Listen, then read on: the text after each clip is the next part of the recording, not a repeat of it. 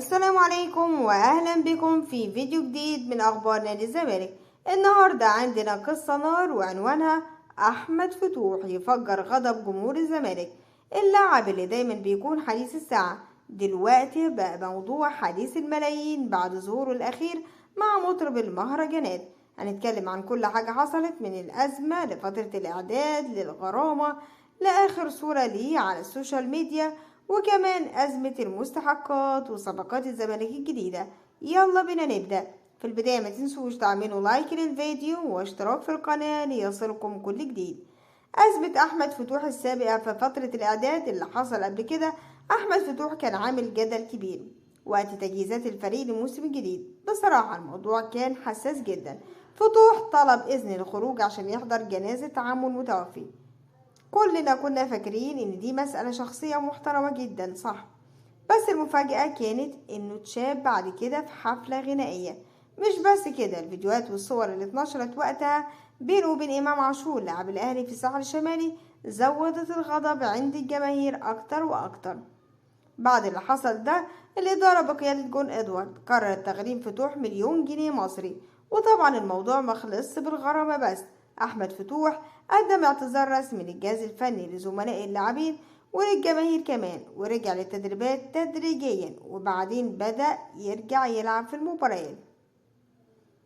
اللي ضاعف الغضب كمان إن بعد ما شارك في مباراة الزمالك ضد وادي دجلة سجل هدف للخصم. دي كانت أول مباراة يخسرها الزمالك الموسم ده، والنتيجة كانت 2-1 لصالح وادي دجلة. وده خلى الجماهير تنتقد اللاعب أكتر على تصرفاته الأخيرة وتركيزه خارج الملعب. بعد الفوز على مصر البورسعيدي ورجوع الزمالك لصدارة الدوري، فتوح نشر صورة جديدة ليه مع مطرب المهرجانات المصري عصام صاصة، وكتب على الصورة: كل سنة وانت طيب يا اخويا. وهنا الناس اتجننت.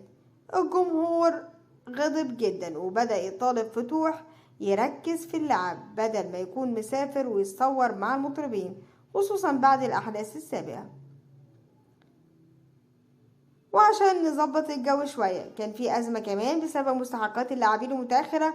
مصدر من نادي الزمالك أكد إن جون إدوارد تواصل مع اللاعبين عشان يحل الأزمة دي. القرار كان كالتالي: صرف مستحقات اللاعبين الأجانب أولا بعد الفوز الكبير على المصري قبل مواجهة الإسماعيلي عشان يكون في تحفيز مستمر وراحة نفسية للفريق. أما اللاعبين المحليين، جزء من مستحقاتهم اتصرف قبل مواجهة الإسماعيلي والباقي بعد المباراة، وكل ده كان باتفاق مسبق مع اللاعبين. ونقطة مهمة كمان، نادي الزمالك عنده أزمة بسبب الصفقات الجديدة. البرازيلي خوان ألفينا وشيكو بانزا تم التواصل مع الأندية بتاعتهم رسميا عشان يحددوا طريقة سداد الدفعة الأولى من الصفقات، والموضوع مهم جدا عشان الفريق يكون جاهز ومركز في الموسم. تأكيد الاستقرار بعد الفوز، الإعلامي خالد الغندور أكد إن أزمة المستحقات انتهت، والمستحقات هتدخل حسابات اللاعبين يوم الثلاث أو الأربعاء على أقصى تقدير. وده كله جزء من خطة نادي الزمالك لفرض حالة استقرار داخل الفريق، خصوصا بعد الفوز المهم على المصري البورسعيدي. وبالنسبة لمستقبل الزمالك في الدوري، الفريق دلوقتي بتصدر جدول الدوري المصري برصيد 13 نقطة بعد 6 مباريات، 4 انتصارات، تعادل في واحدة وخسارة في واحدة.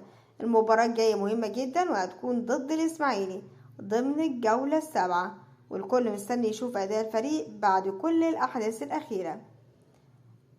يا جماعة، أحمد فتوح أصبح محور حديث كل جماهير الزمالك بعد الغضب من تصرفاته الأخيرة وبين دعمه للفريق في المباريات المهمة. الواضح لازم فتوح يركز أكتر على مستقبله الكروي ويبعد عن أي تصرفات ممكن تزعل الجماهير أو تسبب له مشاكل مع الفريق.